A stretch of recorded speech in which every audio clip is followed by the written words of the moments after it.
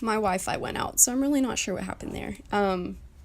But basically where we were at was we were talking about the scandals and the taboos that were happening in the life of this woman, and how Jesus basically called her right out, right there, and definitely caused her to do some immediate soul searching.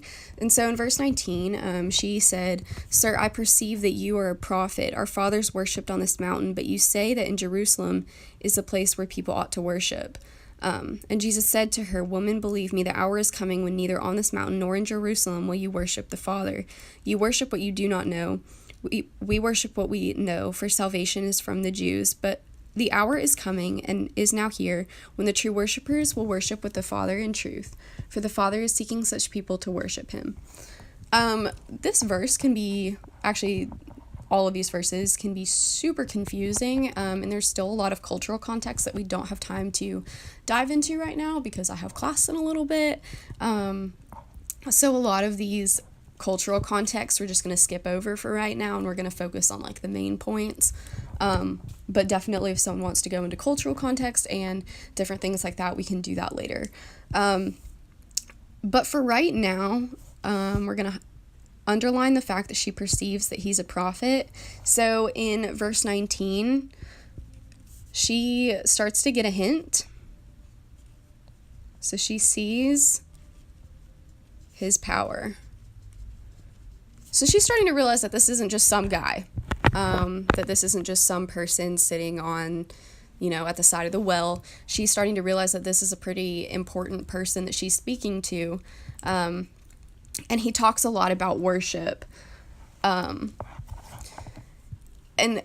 honestly, if someone called me out for my sins and someone called me out for things that I didn't want people to know, I would be very shocked, and I would probably be a little bit offended, just because I think that's a human thing, to be a little bit surprised and shocked and then offended when people call you out. I think for the most part we like to believe that we're flawless, but in reality we're not. And whenever someone calls us out in love like Jesus did to this woman, I think it can be a shock factor, definitely. So this water that she's talking about, and this water that she's still hung up on, is a pretty important element in this, because the living water is going to be salvation, and the worldly water that she's pulling up is just plain H2O. But this living water is a relationship with Christ. This living water is a chance at salvation that wasn't previously offered to those outside of the covenant, and then was then extended through Christ's death to the Gentiles, to the outsiders. So when it talks about the hour is coming and is now here when the true worshipers will worship the Father, I think he's talking about his death, and he's talking about how, one day all of us, regardless of faith, regardless of belief, we're going to see that Jesus is King, and we're going to worship the Father, regardless of, what we believed in this worldly life. So we're just going to go ahead and skip on down to verse 27, just to kind of make this a little bit more brief and to just pull out the main things. So in verse 27, it says, "Just then his disciples came back. They marveled that he was talking with a woman, but no one said, 'What do you seek?' or 'Why are you talking with her?' So the woman left her jar and went away into town and said to the people, 'Come, see a man who told me all that I ever did. Can this be the Christ?' They went out of the town and were coming to him." So this is kind of a cool thing, because after talking with Jesus, after hearing about this water, this eternal, this water of life, this living water, which I think probably is a good idea to mark out here, that living water is Christ. The living water is a relationship with God.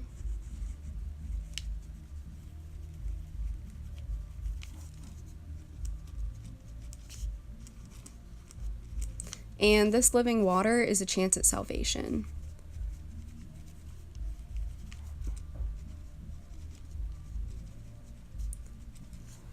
So we can see that this living water that she's talking about, and this living water that is going to change her life, we can see that it's pretty important, and it's a lot different than the water that she's just pulling up with her bucket. So definitely we want to take note of the fact that that we need, like, here's where I'm going to make the, like, our world applications. I'm going to put that in air quotes because that's just what I call it. Our world applications. So, when you're sitting there, are you looking at the living water, and is that what you're focusing on, or are you focusing on pulling up the physical water, just the plain H2O that doesn't do much for you? We see immediately, like, we can see from this verse that Jesus is the only one who can give us living water. So I'm just going to write down here, like, comes from God. Because without God, the only water that we're going to be pulling up is H2O. And that's just a straight fact. You can't pull up living water from the world. You can't pull up living water from a hole in the ground. The only way that you can pull up living water and drink it in your life is going to be if you have that relationship with Christ, if you have Christ in your life. And if you choose to acknowledge the gift of God, which is grace. So,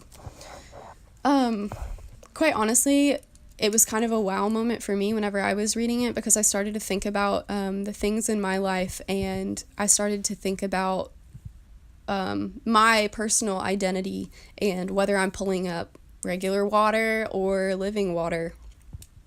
There's some characteristics that kind of go, like, hand in hand, living water with the regular water. So, like, living water, obviously it's life-giving. A relationship with Christ gives us life. A relationship with Christ is essential.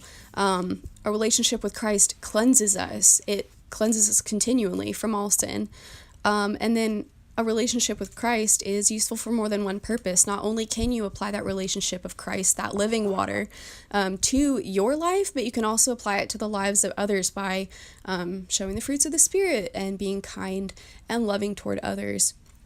So definitely we see that the living water has characteristics of, plain worldly water, but it is so much different because it comes from Christ. And the only way that you can have this life-changing water is if you have Jesus in your life. And so I also want to go ahead and point out that when this woman went to tell people, first off, this woman, she left her water jar. She left that physical water behind. All of a sudden, the thing that was important to her, all of a sudden, the thing that was, first of all, life-giving, essential, cleansing, and useful, but was from the world, she literally dropped that and left it behind because she had the living water. She literally left her jar at the well and sprinted into the town because of this living water. And that's kind of an awesome thing for me to think about and for me to apply to my life, because how often do I just drop the plain old water from the world, and how often do I sprint toward other people to tell them about the living water that I found? And if we're being honest, it's not that often.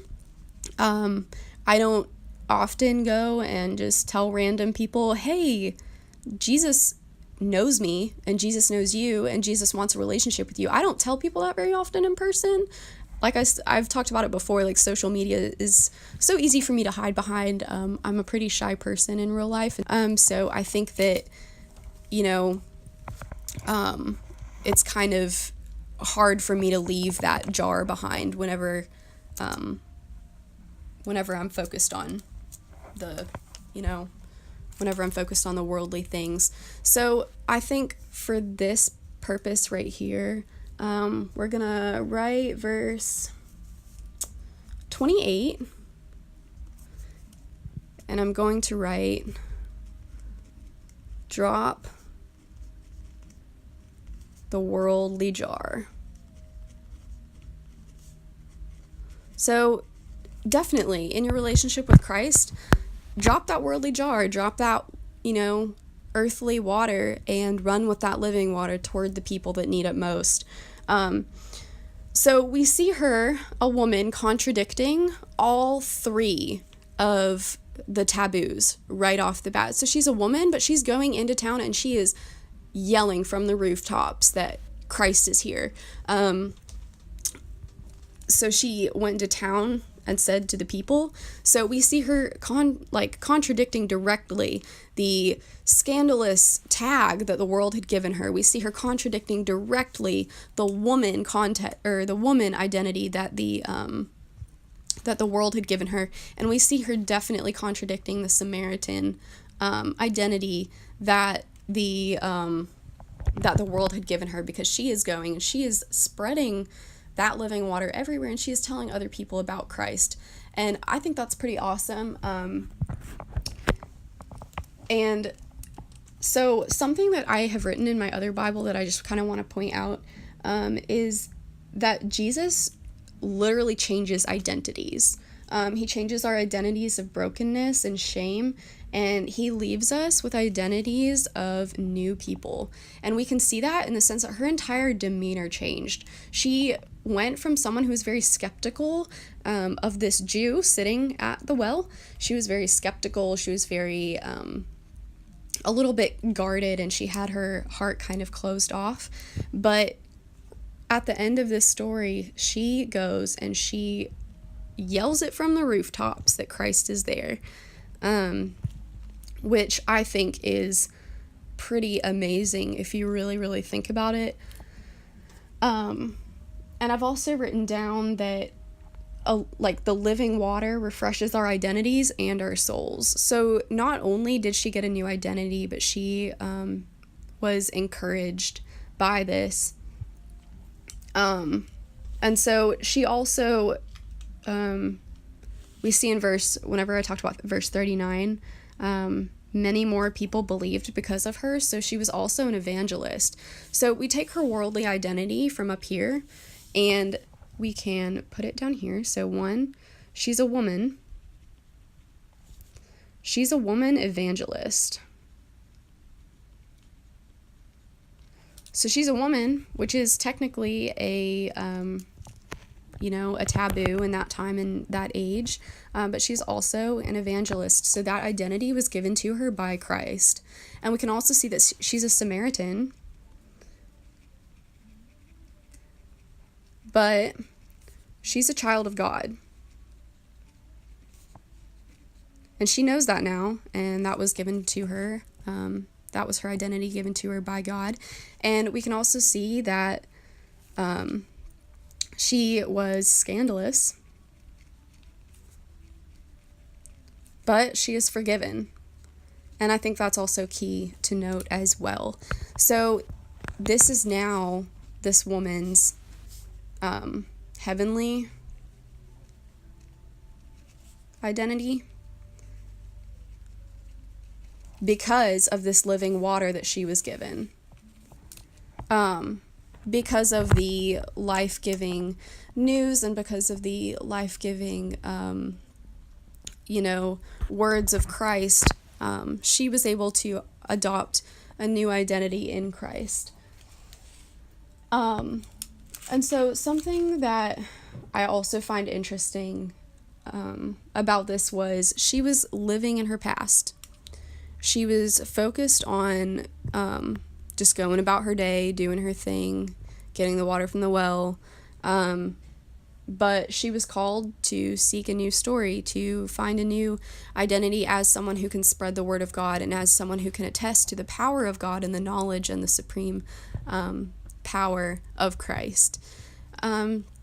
So just to kind of sum everything up, I know this was sort of impromptu and this was sort of scattered and whatever.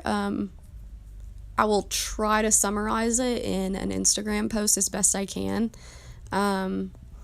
But just to kind of summarize, I'm going to write here's our initial thought bubble. Woo.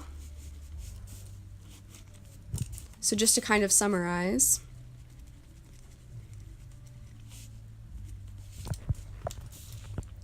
we're going to look at our worldly identity. versus God-given identity. Oops. And so to kind of summarize that first point, look at your worldly identity. Look at what the world says you are. Maybe you're a straight A student who puts super, extreme amounts of pressure on yourself. Maybe you are a D student who, everyone calls you a slacker. Maybe you were not even in college because you decided to drop out. Maybe you decided not to go to college, or, whatever job you have. Look at your relationships. What does the world say you are? Are you divorced 7 times? Have you been in a serious relationship and then had that person just dump you for whatever reason? Look at your worldly identity and then look at that identity that God has given you. You are a child of God. You're forgiven. You have the opportunity to have that relationship with Christ. And you have that chance of salvation. And you have that, the freedom to choose Christ. And so look at how that living water can transform you and use your worldly identity for the greater good. Because we can see how each of these things were once, negatives. And then the living water that she was given, the words of Christ that she was given, turned her identity into something better and something greater. So definitely, to summarize, just kind of look at your worldly identity and then look at your God-given identity and then find how you can use that to spread the love of Jesus. Second point, look at the living water and versus the worldly water. I'm just going to write worldly H2O because that's really all it is here on earth, is just H2O. So definitely look at the living water and look at the life-giving water. Which one are you drawing up in your life? Are you just kind of getting through your day and just drawing up the normal water just to scrape the bare minimum and survive? Or are you really digging deep into that well? And are you really searching for water that's more than a thirst quencher? So definitely look at that. And then thirdly, just to kind of summarize it up and to kind of put a cap on it, we're gonna just write Jesus refreshes the soul. So Jesus refreshes the soul, he refreshes the spirit, and he is the living water. So definitely dig deep in your wells this week and pull up that living water and apply it to your life. My phone's about to die and I have to go to class, so I will highlight this, and probably I'm honestly going to draw a well on this page just to kind of highlight my main thing.